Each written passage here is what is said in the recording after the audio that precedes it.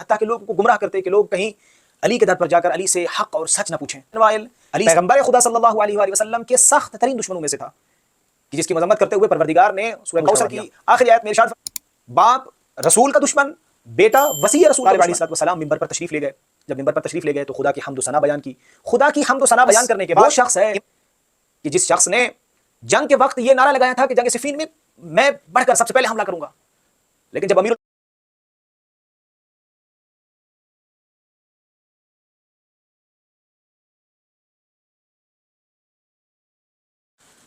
بسم اللہ الرحمن الرحیم اللہم صلی علی محمد وآل محمد وعجل فرجہم۔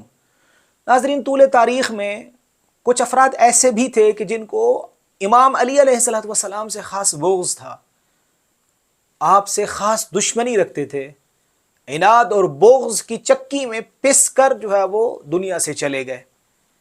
امیر المؤمنین کا جب بھی نام آتا تو امیر المؤمنین کے عیب کو بیان کرنا شروع کر دیتے، حتیٰ کہ لوگوں کو گمراہ کرتے کہ لوگ کہیں علی کے در پر جا کر علی سے حق اور سچ نہ پوچھیں، علی سے ہدایت حاصل نہ کریں۔ کوشش کی انہوں نے کہ لوگوں کو علی کے در سے، علی کے گھر سے دور کر دیا جائے۔ ان دشمنوں میں سے سب سے پہلا جو دشمن ہے وہ ہے عمرو عاص۔ عمرو عاص بن وائل کا بیٹا ہے، اور آپ جانتے ہیں کہ عاص بن وائل پیغمبر خدا صلی اللہ علیہ وآلہ وسلم کے سخت ترین دشمنوں میں سے تھا کہ جس کی مذمت کرتے ہوئے پروردگار نے سورہ کوثر کی آخری آیت میں ارشاد فرمایا ان شانئک ھو الابتر، یعنی یہ آیت نازل کر کے اللہ نے اس کے منہ پر تماچا مارا کہ جب پیغمبر خدا کو اس نے ابتری کا طعنہ دیا تو اللہ نے اس کے منہ پر تماچا مارتے ہوئے جو ہے وہ اس کو یوں خاموش کروا دیا۔ باپ رسول کا دشمن، بیٹا وصی رسول کا دشمن۔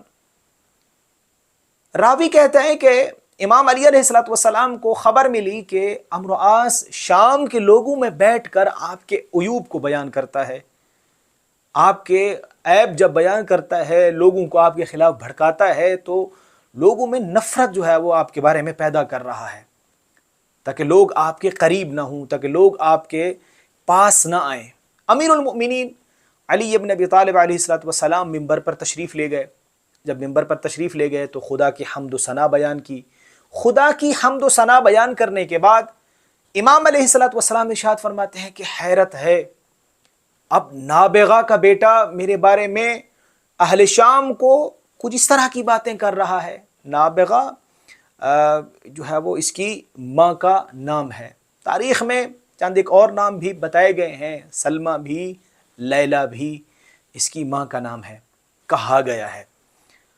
خود عمرو عاص جب دنیا میں آیا تو 5 افراد مدعی تھے کہ یہ ہمارا بیٹا ہے۔ جب یہ پیدا ہوا تو 5 افراد خود وہیں پر انہوں نے کہا کہ یہ ہمارا بیٹا ہے۔ ایک نے کہا میرا ہے، ایک نے کہا میرا ہے، ایک نے کہا میرا ہے۔ ابو سفیان بھی انہی میں شامل تھا، اس نے کہا کہ میرا ہے۔ لیکن عاص بن وائل چونکہ خود امیر تمیر آدمی تھا اس وقت، جو ہے وہ پیسے والا آدمی تھا، تو اس کی ماں نے یہی جو ہے وہ خود دل میں سوچا ہوگا کہ بھائی اب اسی کو کہتی ہوں کہ یہ تمہارا بیٹا ہے، کم از کم یہ ہے کہ اس کی زندگی اچھی گزر جائے گی۔ بالآخر جو ہے وہ عاص بن وائل کو کہا گیا کہ یہ تمہارا بیٹا ہے، اور پھر اس نے اس کو جو ہے وہ اپنایا۔ اب ایک ایسا شخص جس کے بارے میں اس کو معلوم ہی نہیں ہے کہ میرا حقیقی باپ کون ہے، وہ علی کا دشمن ہے، اور علی سے دشمنی کرتے ہوئے اس حد تک گر گیا ہے کہ جہنم کو خرید بیٹھا۔ امیر المؤمنین کو جب یہ معلوم ہوا، امیر المؤمنین ممبر پر تشریف لے گئے اور پھر فرماتے ہیں کہ حیرت ہے، نابغہ کا بیٹا اہل شام کو میرے بارے میں ایسی باتیں بتا رہا ہے کہ جو سچ ہی نہیں ہے۔ آپ فرماتے ہیں کہ وہ جانتا ہے کہ وہ جھوٹ بول رہا ہے، اس نے گناہ کیا، اس نے غیبت کی، اور سب سے بڑا گناہ ہی جھوٹ ہے جو وہ بول رہا ہے۔ وہ بولتا ہے تو جھوٹ بولتا ہے، وعدہ کرتا ہے تو وعدہ خلافی کرتا ہے، قطع رحمی کرتا ہے، دشمنی کرتا ہے۔ جب اس کو کوئی چیز مانگنی ہو تو لپٹ کر آپ سے ایسا پیار بانٹے گا کہ بس آپ کے بغیر تو اس کائنات میں کوئی ہے ہی نہیں، لہذا آپ ہی ہیں اور آپ ہی سے کوئی چیز چاہیے، ایسے لپٹ جائے گا۔ لیکن جب آپ اس سے کچھ مانگیں گے تو وہ بخل کرے گا، آپ کو کچھ نہیں دے گا۔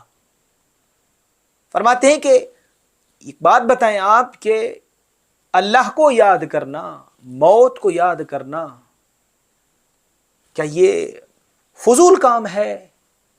یہ جو عمرو عاص میرے بارے میں لوگوں کو یہ کہہ رہا ہے کہ علی میں مسخرہ پن پایا جاتا ہے، العیاذ باللہ، علی نے دنیا داری کے لیے زندگی گزاری ہوئی ہے اور پھر اپنی زندگی کو اس نے فضول کاموں میں لگایا ہوا ہے، کیا خدا کی یاد کو زندہ رکھنا، خدا کے عذاب کو جو ہے وہ یاد کرنا، موت کو یاد کرنا، کیا یہ گناہ ہے؟ کیا یہ اچھا کام نہیں ہے؟ عمرو عاص وہ شخص ہے کہ جس شخص نے جنگ کے وقت یہ نعرہ لگایا تھا کہ جنگ صفین میں بڑھ کر سب سے پہلے حملہ کروں گا، لیکن جب امیر المؤمنین علی ابن ابی طالب علیہ السلام کا سامنا ہوا تو وہ شخص ایسے دم دبا کے بھاگا کہ تاریخ میں آج تک لکھا ہوا ہے کہ جب امیر المؤمنین کا سامنا ہوا تو اس کے سامنے کئی راستے موجود تھے۔ سب سے پہلا راستہ یہ تھا کہ وہ بھاگ جائے۔ اس نے کہا کہ بھاگوں گا نہیں، کیونکہ اگر بھاگوں گا تو میری عزت چلی جائے گی، لوگ میرے بارے میں کیا کہیں گے، وہ عورتیں میرے بارے میں کیا کہیں گی جن کو میں نے بتایا ہوا کہ میں بہادر ہوں، جب میں بھاگ جاؤں گا تو وہ میں تھو تھو کریں گی، لہٰذا وہ بھاگا نہیں۔ اب اس نے ایک اور ترکیب سوچی کہ جان تو میں نے بچانی ہے علی سے، لیکن میں جان بچاؤں تو بچاؤں کیسے؟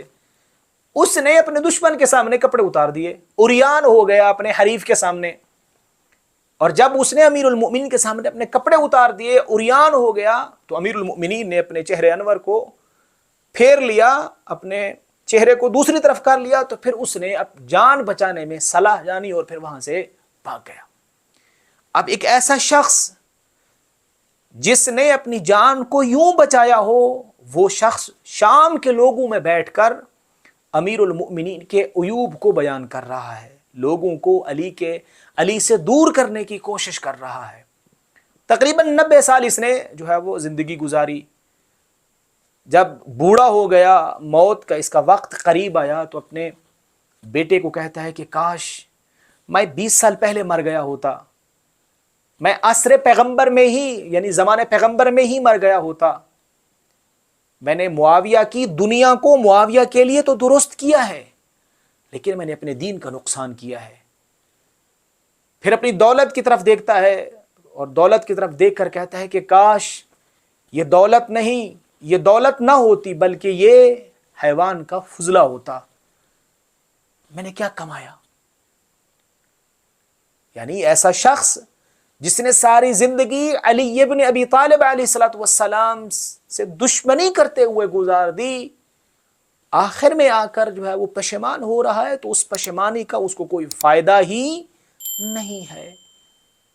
اور اس بدبخت کی یہی نشانی تھی کہ جب بھی علی علیہ السلام کا نام سنتا، مولا امیر کے عیب لوگوں کو بتاتا، لوگوں کو امیر المؤمنین سے دور کرنے کی کوشش کرتا۔